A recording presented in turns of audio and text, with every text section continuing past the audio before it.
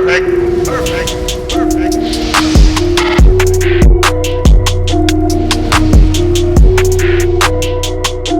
What is going on, everybody? I go by RB, and this is Philly Take with RB. Do me a favor, if you guys are enjoying the content of the channel, be sure to smash that like button. And if you are new and want to stay updated on some great Philly content, be sure to hit that subscribe. So today, I just want to give some brief thoughts on something that I heard. I think it was about 5-6 days ago. I think it was last week or over the weekend or something.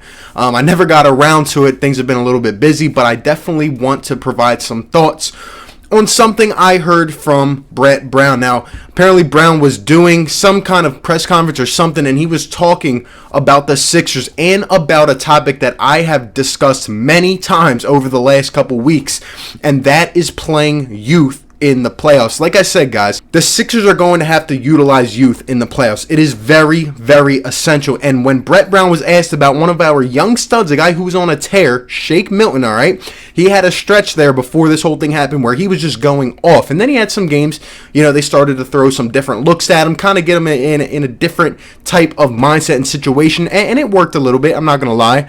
But Shake was showing a lot of promise. And when Brett Brown was asked about Shake Milton, as you can see right here, it says, when speaking on Milton's role down the stretch, Brett Brown did not commit to him as the fifth starter. Obviously, upon returning, it says more so he remains uncommitted to Milton as a key piece of the rotation. He went as far as to call the playoff a man's world, citing Milton's youth. He is reluctant to rely on younger players. It's not a new phenomenon. And guys, how many times have I talked about this? Brett Brown, for some reason, does not like to play youth in the playoffs. I told you guys.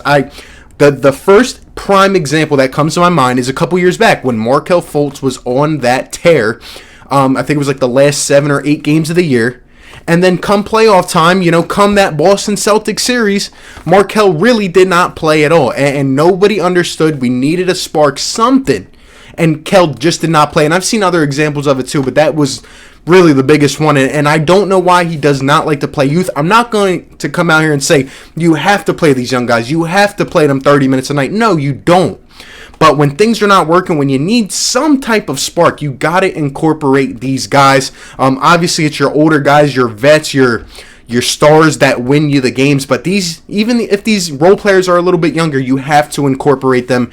And going even further, he was quoted saying, I always get nervous about relying on young guys for the NBA playoffs, which I've said, guys. I literally told you he is scared to play youth.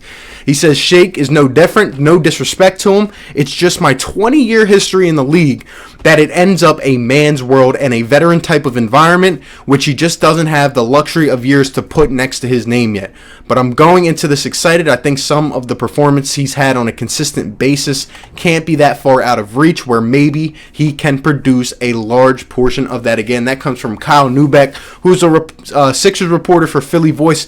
And guys, I'm sorry, I'm not trying to come on here and just say I'm right. But look, I told you guys, Brett does not like to play youth, and what my biggest fear, guys, I am actually very scared at this point that Brett's going to come out of this whole thing for the 8 games and go into the playoffs and start Al Horford next to Joel Embiid. But I'm here to tell you once again and once and for all, it cannot happen if the Sixers want to be successful. This year especially, our younger guys are our shooters, okay? Furkan Korkmaz, Matisse, Shake Milton, guys like that.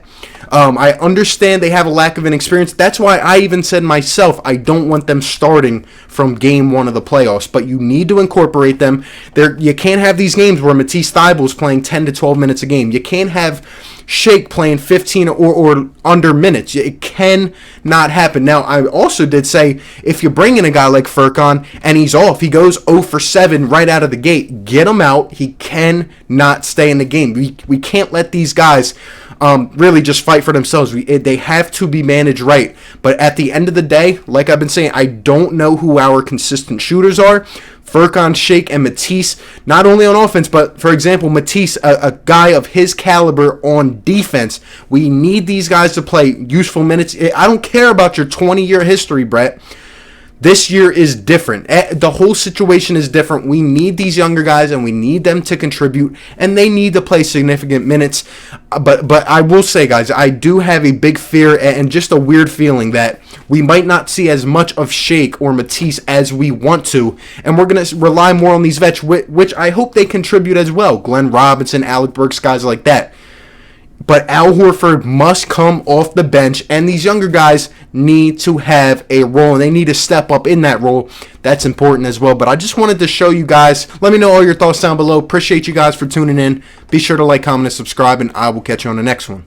Peace. Perfect. Perfect. Perfect.